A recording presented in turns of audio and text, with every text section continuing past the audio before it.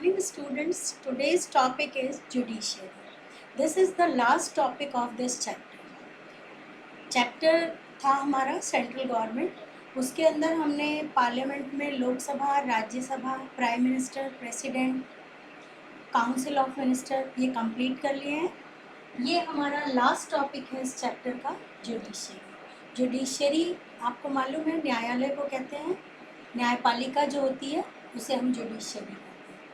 अब आज का जो हमारा टॉपिक है जुडिशरी, ये आपको मालूम है judiciary is the third organ of the government. यानी ये हमारे संविधान के अंदर तीन जो अंग हमने पढ़े थे, लेजिस्लेचर, एग्जीक्यूटिव एंड जुडिशरी, ये थर्ड और लास्ट पार्ट है हमारा. सबसे पहले हम इसमें ये पढ़ेंगे formation of the supreme court. अब आपको मालूम है किसी भी चीज़ की फॉर्मेशन आप पहले भी पढ़ चुके हैं कि फॉर्मेशन में नंबर ऑफ जजेस कितने होंगे, क्वालिफिकेशन ऑफ द जजेस क्या होगी, एग्जीक्यूटिव एंड इम्पीचमेंट क्या होगा, salary allowances and other facilities क्या होंगी, क्विटेंसेस क्या होंगे, head quarters of the court और रिस्ट्रिक्शन ऑन जजेस क्या होंगे. अब आप अपनी बुक ओपन करके रखेंगे. बुक में आप देखेंगे नंबर ऑफ जजेस के लिए अगर हम देखें तो नंबर ऑफ जजेस में हमारे जो कॉन्स्टिट्यूशन है उसके अंदर ये दिया हुआ है कि 1 चीफ जस्टिस एंड 7 अदर जजेस for the supreme court. And the constitution had given the right of determining the number of जजेस of the supreme court, it's area of working and to determine the salary or condition of service of the judges to the parliament. The number of judges including the chief justice was increased to 31 in year 2008. अब देखो बच्चों, starting में जब हमारा constitution बनाया गया था तो उसमें ये प्रोविज़न रखा गया था कि जो नंबर ऑफ जजेस होंगे, 1 तो चीफ जस्टिस होगा जिसे हम चीफ सीजे कहते हैं, ठीक है. सुप्रीम कोर्ट का जो हेड होगा उसे हम मुख्य न्यायाधीश के नाम से जानते हैं और उसे सीजे कहते हैं, चीफ जस्टिस ऑफ इंडिया. एक तो वो होगा और उसके साथ 7 अदर जजेस होंगे जो पहले हाई कोर्ट में प्रैक्टिस कर चुके हैं, ठीक है. लेकिन 2008 में इसमें चेंज किया गया और जो अदर जजेस थे उनके नंबर्स बढ़ाकर 31 कर दिया गया. लेकिन लास्ट ईयर वापस से इसमें अमेंडमेंट किया गया और वो नंबर बढ़ाकर 34 कर दिया गया, ठीक है. 2019 में वापस से इसमें चेंजेस किए गए और कितने नंबर कर दिए गए, 34 कर दिए गए. तो यहाँ पर आप अपनी बुक में ऐड कर लेंगे. अगर जिन बच्चों ने न्यू बुक खरीदी है तो न्यू बुक में आपके दे रखा होगा, नहीं तो आप इसको क्या करेंगे, नंबर ऑफ जजेस में 2008 के अंदर आपके 31 दे रखा है और 2019 में ये चेंज होकर 34 हो गया, ठीक है. और ये 34 कैसे है, 1 चीफ जस्टिस को इंक्लूड करके है, 33 प्लस 1, ठीक है. अदर 33 हो, समझ आ गया. ऐसे क्वालिफिकेशन बच्चों, इसको मैं रिपीट नहीं करूँगी. क्वालिफिकेशन आप इजी है कि वो इंडिया का सिटीज़न होना चाहिए, हाई कोर्ट के अंदर वो 2 या 2 से मतलब उसके पास 2 हाई कोर्ट का या उससे ज़्यादा का एक्सपीरियंस होना चाहिए, 5 ईयर का.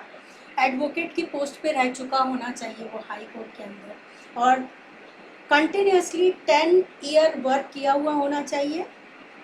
और गवर्नमेंट की दृष्टि में यानी सरकार की नज़र में उसके ऊपर कोई किसी तरह का आरोप नहीं होना चाहिए, ठीक है. तो ये हमारा सेकेंड पॉइंट भी कवर हो गया. अब हम पढ़ेंगे इम्पीचमेंट. इसको भी मैं आपको ज़्यादा डिटेल में नहीं समझाऊंगी क्योंकि प्रेसिडेंट के अंदर हमने पढ़ लिया था. इम्पीचमेंट महाभियोग को कहते हैं और इम्पीचमेंट का मतलब ये होता है, वैसे तो जज अपने वर्क करते रहेंगे स्मूथली, लेकिन अगर कोई तरह की प्रॉब्लम क्रिएट होती है तो वो क्या करेंगे, उस प्रॉब्लम में उनके ऊपर पार्लियामेंट के द्वारा इम्पीचमेंट लगाया जा सकता है. और उस इम्पीचमेंट में आपको मालूम है 2/3 मेजॉरिटी का प्रोसीजर सेम एज प्रेसिडेंट है. आप इसको पढ़ के देख लेना, फिर भी कोई प्रॉब्लम होती है then you can ask me, ठीक है.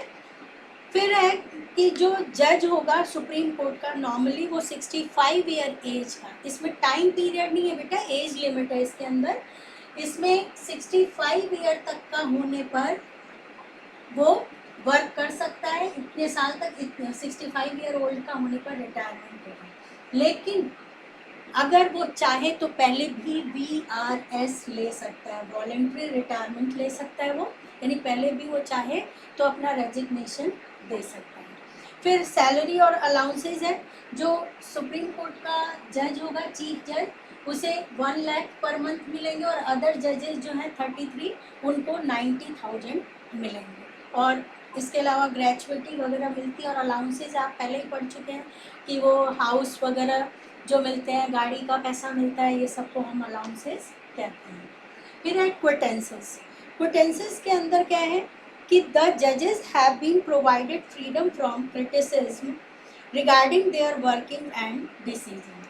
अब बच्चों ये जो हम पढ़ते हैं क्विटेंसेस का मतलब हमारे, अगर हम देखें तो हम ये कह सकते हैं कि इनके ऊपर क्या क्या, मतलब इन्हें क्या क्या फ़ायदा दिया गया है। तो फ़ायदा इन्हें ये दिया गया है कि सुप्रीम कोर्ट के जज की क्रिटिसिज्म करने का अधिकार हम में से किसी को भी नहीं दिया गया है। इसका इट मीन्स कि सुप्रीम कोर्ट का जो फैसला होगा उसे लास्ट फैसला माना जाए। अब ये वर्ड जो है आपके लिए मुझे लगता है थोड़ा न्यू है। क्विटेंसेस का मतलब होता है उन्मुक्तियाँ, यानी स्वतंत्र रखा गया है उसे। स्वतंत्र से मतलब यहाँ पे ये है बच्चों कि सुप्रीम कोर्ट का जज जो फैसला सुनाएगा उसके ऊपर आलोचना करने का अधिकार किसी और को नहीं दिया गया। ठीक है। फिर आपके दे रखा है head quarter of the court. Head quarter कहाँ बनाया जाएगा, तो जो भी कंट्री की कैपिटल होगी, और आपको मालूम है इंडिया की कैपिटल दिल्ली है, तो सुप्रीम कोर्ट का हेड क्वार्टर जो होगा वो दिल्ली के अंदर बनाया जाएगा। और कौन से सेक्शन के थ्रू बनाया जाएगा, सेक्शन 130। ये बहुत इंपॉर्टेंट बात है, इसको आप अंडरलाइन करेंगे। ठीक है। फिर है रिस्ट्रिक्शंस ऑन जजेस। जजेस के ऊपर क्या क्या रिस्ट्रिक्शन लगाए गए हैं।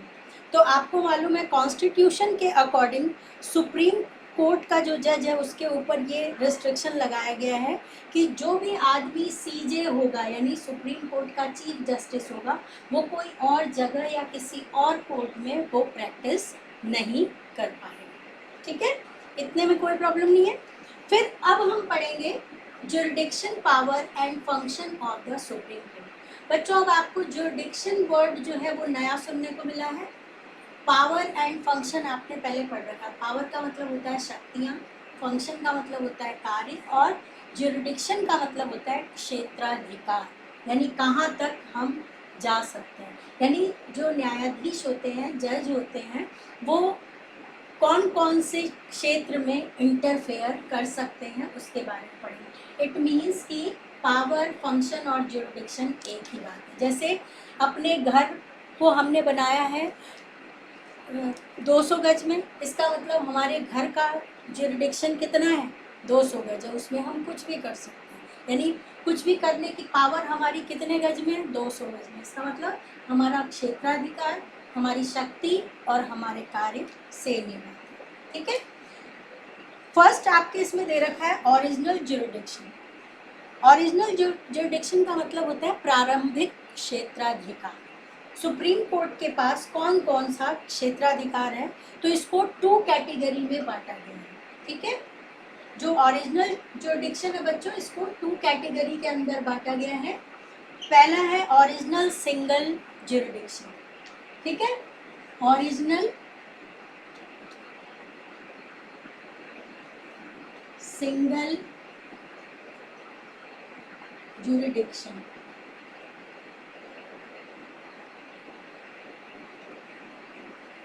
और सेकंड है original concurrent jurisdiction. Original concurrent jurisdiction, concurrent का मतलब होता है समवर्ती। ठीक है, अब ये दोनों we will do tomorrow. Thank you for today.